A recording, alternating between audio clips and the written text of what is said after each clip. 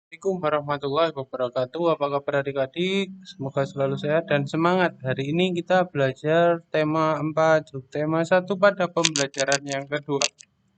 Apa saja yang kita pelajari hari ini? Ini dia ya. Yang pertama, PPKN KD 3.1 dan 4.1 mengenai simbol dan makna Pancasila. Yang kedua, SPDW KD 3.1 dan 4.1 mengenai menggambar bentuk. Langsung saja, mari kita mulai. Yang pertama, lambang dan makna Pancasila. Sila pertama berbunyi ketuhanan yang Maha Esa, dilambangkan oleh bintang. Makna atau kandungan yang dikandung oleh sila pertama adalah yang pertama percaya kepada Tuhan yang Maha Esa. Jadi negara kita adalah negara yang bertuhan, yakni menyembah dan mempercayai adanya Tuhan. Terus yang kedua, melaksanakan kewajiban kepada Tuhan Yang Maha Esa. Setelah kita percaya dan beriman, kita melaksanakan kewajiban, yakni beribadah. Yang ketiga, saling menghormati antar umat beragama. Indonesia itu memiliki 6 agama resmi ya, di mana antar agama-agama tersebut tidak boleh saling mengganggu. Harus saling mendukung dalam menjalankan agamanya. Tetapi dengan catatan tidak ikut campur ya. Karena hanya satu agama yang bisa dipeluk oleh satu orang. Terus yang kelima, yang keempat ya, tidak mengganggu ketika teman atau orang lain beribadah. Ini ya termasuk toleransi. Toleransi itu membolehkan teman atau orang lain beribadah, tetapi tidak ikut serta dalam kegiatan peribadatannya ya. Terus yang kelima, kerjasama dan tolong menolong antar umat beragama. Walaupun berbeda agama, kalau eh, kepentingan berbangsa dan bernegara harus tetap saling kerjasama. Ya. Yang kedua adalah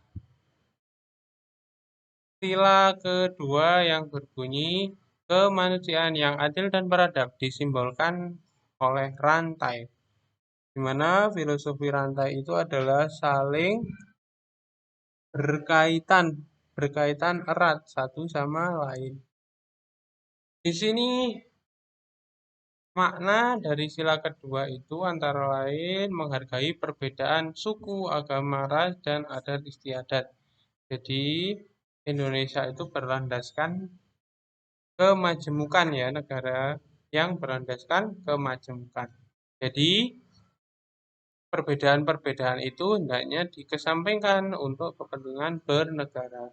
Terus saling mencintai sesama manusia, yakni mengembangkan sikap tenggang rasa dan menjunjung tinggi nilai kemanusiaan. Sebagai manusia sudah kodratnya diberi cinta kasih terhadap sesama. Jadi kita harus selalu memupuk ya rasa saling mencintai dan mengasihi antar elemen-elemen bangsa. Terus yang ketiga, selalu menjaga adab atau kesopanan dan budi pekerti. Negara kita itu negara timur yang beragama, apalagi agama mayoritas adalah agama Islam yang menjunjung tinggi adab, kesopanan, budi pekerti atau akhlak ya. Jadi dalam bersikap, bertutur kata harus dilandasi dengan adab dan kesopanan. Terus yang keempat, tidak melakukan diskriminasi. Contoh ya, eh, di negara kita itu udah terjalin sejak lama ya, yang namanya toleransi dalam beragama atau toleransi dalam suku, agama, ras, dan antar istiadat atau antar golongan itu. Tidak ada yang namanya gesekan dari kaum mayoritas kepada minoritas. Kalau di negara-negara lain itu kan ada diskriminasi terhadap agama lain yang minoritas umpama. Tapi kalau di Indonesia sampai sekarang tidak ada konflik yang mengatasnamakan perbedaan agama dan itu harus tetap dilestarikan. Terus yang kelima menjaga keseimbangan dalam pelaksanaan hak dan kewajiban. Seperti pada pembahasan-pembahasan sebelumnya ya, kita harus melaksanakan kewajiban dengan baik, dengan bertanggung jawab untuk mendapatkan hak. Hak dalam bernegara dan kewajiban dalam bernegara dalam hal ini ya.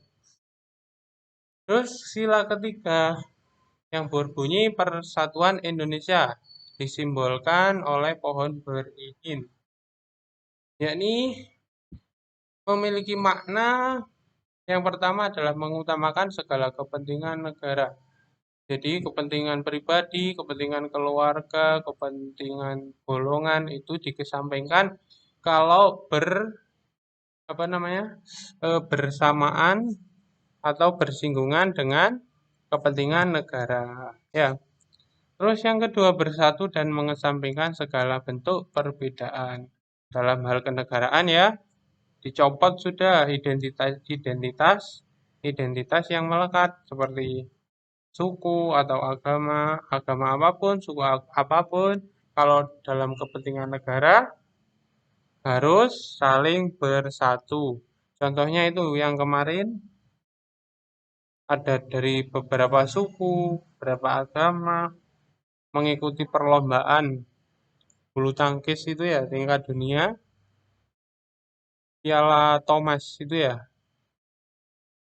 Enggak, akhirnya Indonesia bisa mencapai juara. Itu kan dikesampingkan udah. Suku apa kamu? Enggak ada yang seperti itu lagi ya. Yang ada berjuang demi nama Indonesia. Terus yang ketiga juga sangat penting ini ya, mencintai dan mengkonsumsi produk dalam negeri. Kita harus cinta untuk apa? Nanti kan keuntungannya kembali ke negara kita lagi ya. Kalau kita beli produk-produk luar, nanti keuntungannya diambil orang luar. Hal itu lebih baik. Demi membangun bangsa, kita harus menggunakan produk-produk dalam negeri.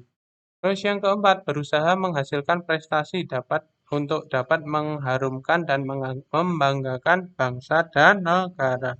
Ini ya, kalian sebagai pelajar, setidaknya, seyogyanya, paling sedikit kalian harus rajin belajar, harus pintar untuk menaik ke jenjang berikutnya, hingga kalian bisa mencapai prestasi, ya. Prestasi yang benar-benar membuat negara bangga. Terus yang kelima, meningkatkan kreativitas dan inovasi diri untuk memajukan bangsa Indonesia. Ini ya, inovasi. Apalagi era persaingan global ini ya, kita harus kreatif dan inovatif. Bagaimana perkembangan zaman, kita harus mengikuti, kita harus melakukan inovasi, dan jangan sampai negara kita tertinggal dari negara lain. Terus memperluas pergaulan dengan orang-orang baru dari berbagai daerah. Ini juga penting ya. Nanti kalian kalau apa sekolah atau menuntut ilmu di jenjang yang lebih tinggi, biasanya kan ada orang-orang dari berbagai daerah ya. Nah, di situ ada kesempatan kalian untuk bergaul dengan orang-orang baru dan berasal dari luar daerah untuk bertukar pikiran dan informasi. Dengan tujuan apa? Mempererat tali persaudaraan berbangsa dan bernegara. Biar negara kita lebih maju seperti itu ya.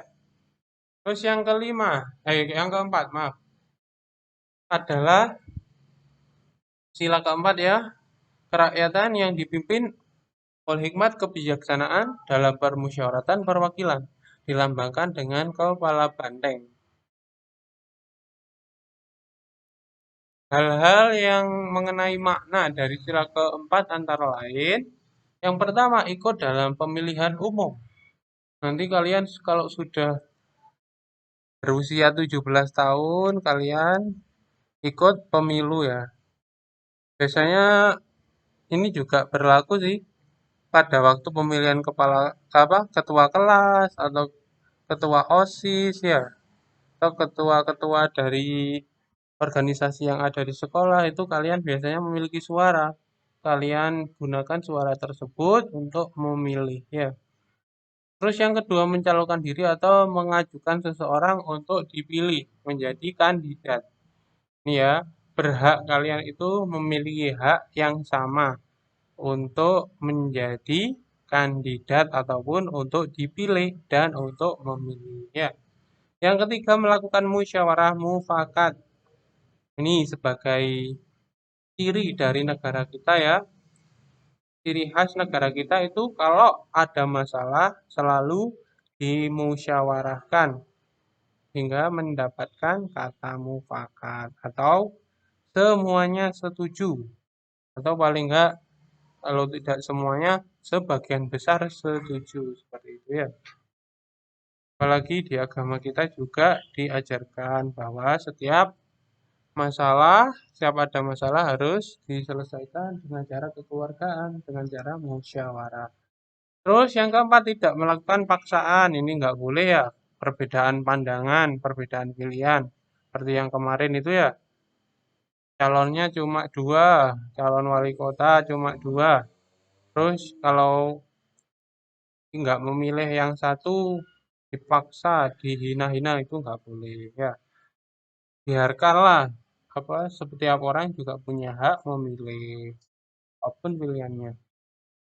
Terus yang kelima, mengawasi dan memberikan saran serta pendapat terhadap penyelenggaraan kedaulatan rakyat oleh pemerintah. Jadi, kita juga punya hak untuk memberikan masukan kalau ada kebijakan-kebijakan pemerintah yang ternyata kurang baik dan kurang mengena di masyarakat. Itu ya. Terus yang kelima, sila kelima berbunyi keadilan sosial bagi seluruh rakyat Indonesia disimbolkan oleh padi dan kapas. Nilai yang terkandung dalam sila kelima itu antara lain membantu orang yang sedang kesulitan. Ya, bencana alam di mana-mana kita harus peka ya. Mereka adalah saudara kita di Indonesia di bidang kenegaraan. Kita harus memikirkan perasaan saudara kita. Yang kedua, meningkatkan kepekaan sosial dengan melakukan hal seperti kegiatan bakti sosial. Ini juga penting ya. Kita sudah berkecukupan sampai makanan dibuang-buang. Daripada dibuang-buang itu lebih baik disedekahkan atau diberikan kepada orang yang lebih membutuhkan di sekitar kita. Dicari ya. Orang itu seumpama sudah tua, janda ya, nggak punya keluarga, itu perlu kita kasihani, perlu kita berikan pasokan makanan. Terus bersikap adil dalam kegiatan apapun, ya. Adil itu bisa menempatkan diri, ya, menempatkan diri yang paling bagus. Contohnya kalau kalian membagi waktu, yang kalian lebih banyak adalah belajar ya, terus diikuti oleh bermain ya, beribadah, dan lain sebagainya. Itu diatur dengan porsi dan skala-skala yang tepat ya, hingga tercipta keadilan dalam melakukan kegiatan. Terus tidak mengganggu orang lain, ini juga penting ya. Biasanya ada keber-keber sepeda motor itu ya kan mengganggu ketertiban orang itu nggak boleh ya. Melanggar sila kelima. Terus menghargai karya atau hasil karya karsa cipta yang dimiliki oleh orang lain. Seperti copyright ini ya nggak boleh semena-mena kita melakukan copy atau menggandakan sesuatu karya orang lain. Karena itu bisa melanggar undang-undang dan bisa dipidana. Terus berani memperjuangkan keadilan. Kalau seandainya ada penindasan ketidakadilan, kita juga perlu untuk melakukan perlawanan dengan cara yang baik dan benar. Ya. Terus yang kedua menggambar bentuk. Ini ya, pengertiannya adalah menggambar bentuk yakni memindahkan objek atau benda-benda yang ada di sekitar kita dengan tepat, seperti keadaan benda yang sebenarnya menurut arah pandang dan cahaya. Jadi menggambar bentuk itu menuangkan gambar asli. Ya, ini adalah aliran realistis. Jadi menggambar dengan bentuk sebenarnya. Ya, meliputi arah pandang dan cahaya. Ya. Terus apa saja yang bisa menjadi objek gambar bentuk?